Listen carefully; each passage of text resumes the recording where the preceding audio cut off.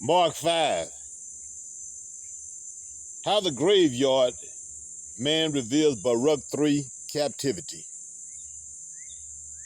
and how Jesus restores him in the pattern of Isaiah 4.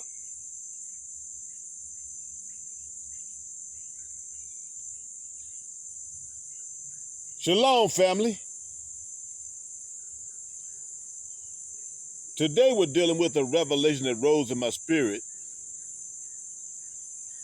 after finishing the teaching on Baruch 3, 8 through 14,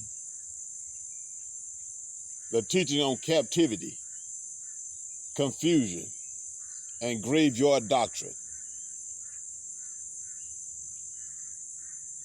And the moment I finished it, Mark 5, 1 through 19 came forward. And when you put these two scriptures together, the pattern becomes clean.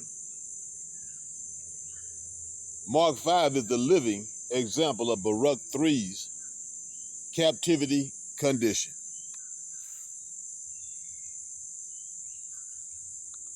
Let's start with Baruch 3, 8 through 14. Baruch says Israel is in captivity. Israel is scattered. Israel has learned foreign customs. Israel has absorbed doctrines of the nations. Israel has lost wisdom. Israel has wandered from the commandments of life. Baruch is describing a nation that has taken on death-based practices, including graveyard doctrine. Baruch is the diagnosis of captivity. Now look at Mark 5. Mark 5 shows a man living in the exact condition Baruch describes. He lives among tombs, a place of death. He is cut off from his people, scattered identity.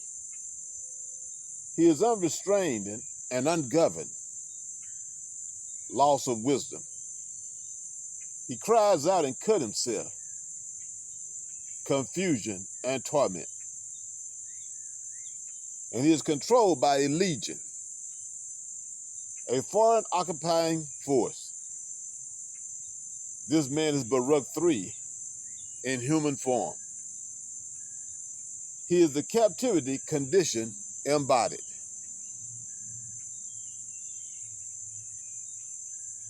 His habitat is the tombs. His identity is death. His environment is unclean. His mind is occupied by foreign spirits. His life is shaped by captivity doctrine. This is what Baruch warned about.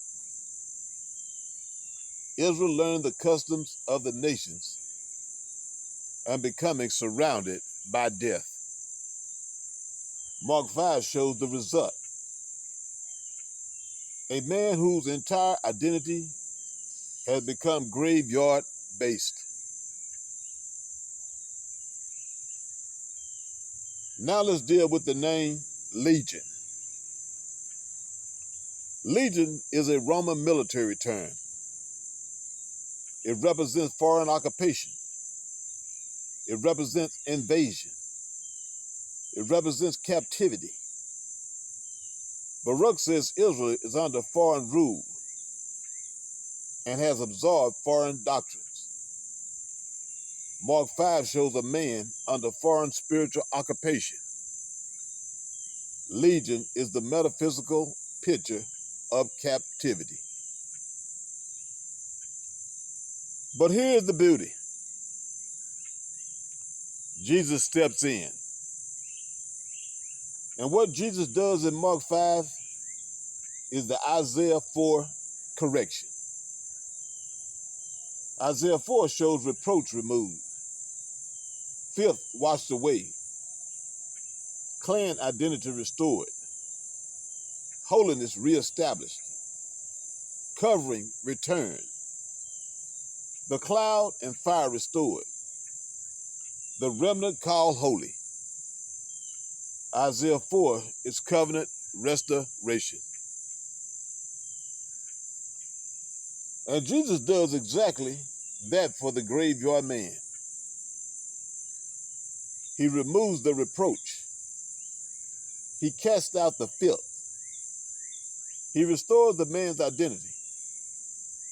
He clothes him. He brings him into his right mind. He returns him to his people. He gives him a testimony. Jesus performed the Isaiah 4 restoration on a man trapped in Baruch 3 captivity.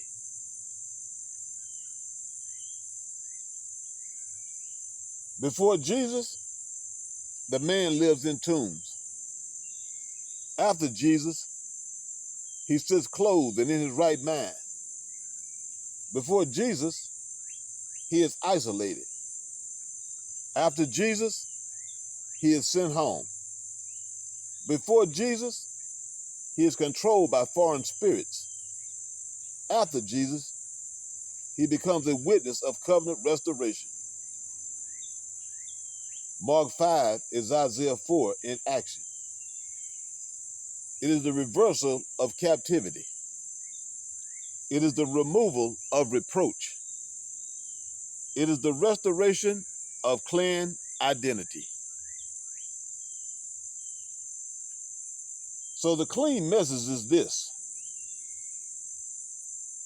Mark 5 is a New Testament demonstration of Baruch 3's captivity condition, and the New Testament demonstration of Isaiah 4's restoration. Baruch shows the fall. Mark 5 shows the captivity. Isaiah 4 shows the rise.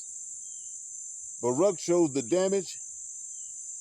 Mark 5 shows the manifestation. Isaiah 4 shows the repair. Baruch shows graveyard doctrine. Mark 5 shows graveyard identity. Isaiah 4 shows covenant identity. This is why true hoodoo avoids the graveyard.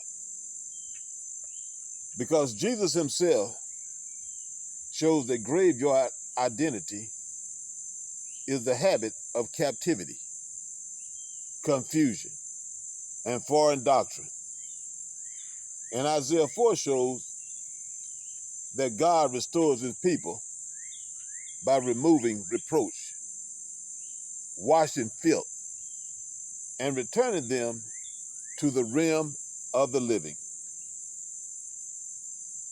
Shalom.